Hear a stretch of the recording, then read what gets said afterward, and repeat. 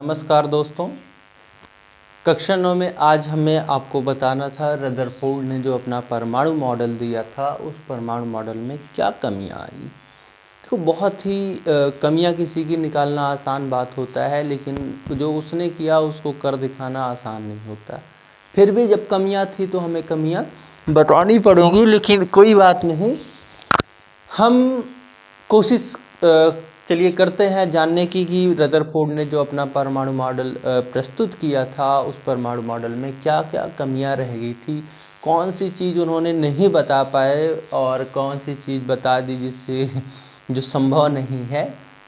लेकिन आपको बता दें कि उससे पहले यदि आप चैनल पर नए हो तो बार बार ना कहना पड़े, सब्सक्राइब कर लो, ग्राहक बन जाओ। हमारा भी हौसला बढ़ जाता है कि हमें वीडियो बनाने में मज़ा आता है और फिर आप तक पहुंचाने में भी मज़ा आता है। ठीक है, चलिए भाई रदरफोर्ड के परमाणु मॉडल की कमियां जानते हैं। देखो भाई, सबसे पहली जो इनकी कमी थी कि इन्होंने, देखो जो नाभिक होता है किसी भी परमाणु का, जो बीच का स्थान होता है जिसमें प्रोटॉन न्यूट्रॉन होते हैं, जिसे हम नाभिक कहते हैं।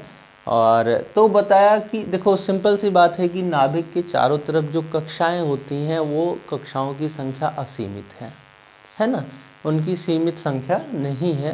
तो ऐसी स्थिति में इलेक्ट्रॉन किन कक्षाओं में घूमते हैं और उन कक्षाओं में इलेक्ट्रॉनों की संख्या कितनी होती है, उनका वेग कितना होता है, ये सब बातों पे चर्चा या इन सब बातों की जो व्याख्या है वो रदरफोर्ड ने बेचारे नहीं कर पाए थे। तो ये सबसे पहली कमी थी इनकी कि इन्होंने क्या नहीं कर पाया कि ये नहीं, देखो पहली प्रॉब्लम क्या है अच्छे से समझ लो कि किसी भी नाभिक के चारों तरफ जो कक्षाओं की संख्या जिसमें इलेक्ट्रॉन गति करते हैं वो असीमित होती है।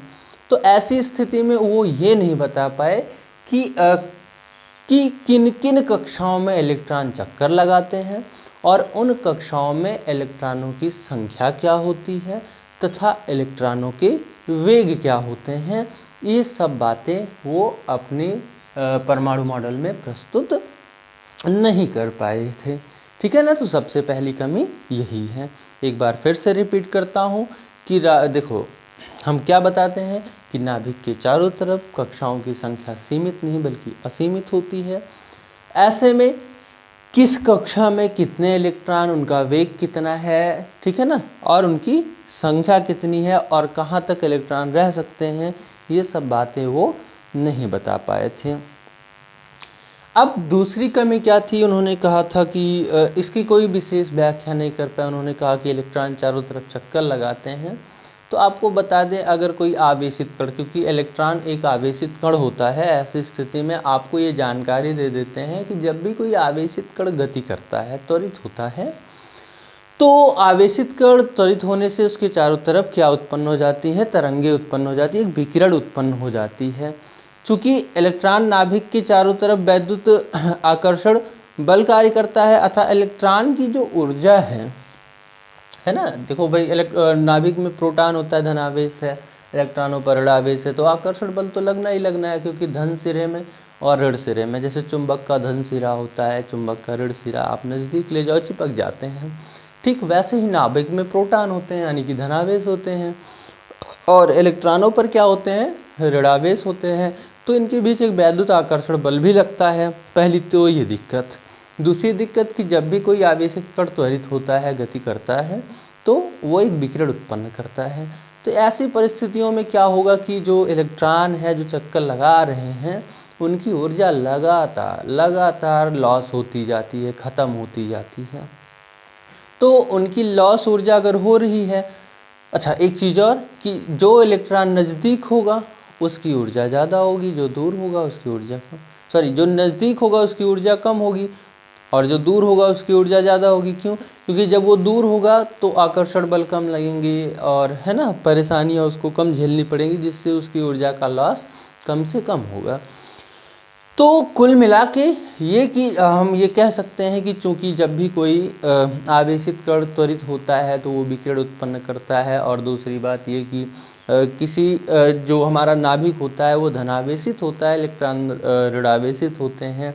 ऐसे में इन दोनों के बीच वैद्युत आकर्षण बल कार्य करता है। अगर ये बल कार्य करता रहा और वो विकिरण उत्पन्न करता रहा तो जो इलेक्ट्रॉन की ऊर्जा होती है वो ऊर्जा धीरे धीरे क्या होने लगती है, लॉस होने लगती है, ऊर्जा में कमी आने लगती है। ऐसे में तो एक दिन ऐसा होगा कि इलेक्ट्रॉन की ऊर्जा शून्य हो जाएगी, और जब इलेक्ट्रॉन की ऊर्जा शून्य हो जाएगी तो इलेक्ट्रॉन जो नाभिक है उसी पर जाकर गिर पड़ेगा, और जब इलेक्ट्रॉन नाभिक पर गिर पड़ेगा तो नाभिक भी नष्ट हो जाएगा, इलेक्ट्रॉन भी नष्ट हो जाएगा। इस प्रकार तो सारे पदार्थ नष्ट हो जाएंगे। तो दूसरी कमी क्या थी कि उन्होंने इसकी सही से व्याख्या नहीं कर पाई। अब अगला था क्या कि इलेक्ट्रॉनों की ऊर्जा का सतत ह्रास के कारण परमाणु का उत्सर्जन स्पेक्ट्रम भी सतत होता है, होना चाहिए, लेकिन ऐसा होता नहीं है। जो परमाणुओं से स्पेक्ट्रम उत्सर्जित होता है वो सतत ना होकर के रैखिक होता है, ठीक है ना। क्योंकि जो इलेक्ट्रॉन या जो परमाणु हैं उनका अगर ऊर्जा का ह्रास लगातार हो रहा है तो उनके कारण जो स्पेक्ट्रम उत्पन्न हो रहे हैं वो स्पेक्ट्रम सतत होने चाहिए, लेकिन हम देखते हैं प्रयोगों द्वारा कि किसी भी परमाणु का जो स्पेक्ट्रम है ऊर्जा का वो स्पेक्ट्रम सतत नहीं बल्कि रैखिक प्राप्त होता है। तो ये थी आपके रदरफोर्ड के परमाणु मॉडल की कमियां, ठीक है। अब हम आपको अगली वीडियो में बताएंगे कि बोहर का परमाणु मॉडल क्या था। तब तक आप इसे अच्छे से पढ़ते रहिए।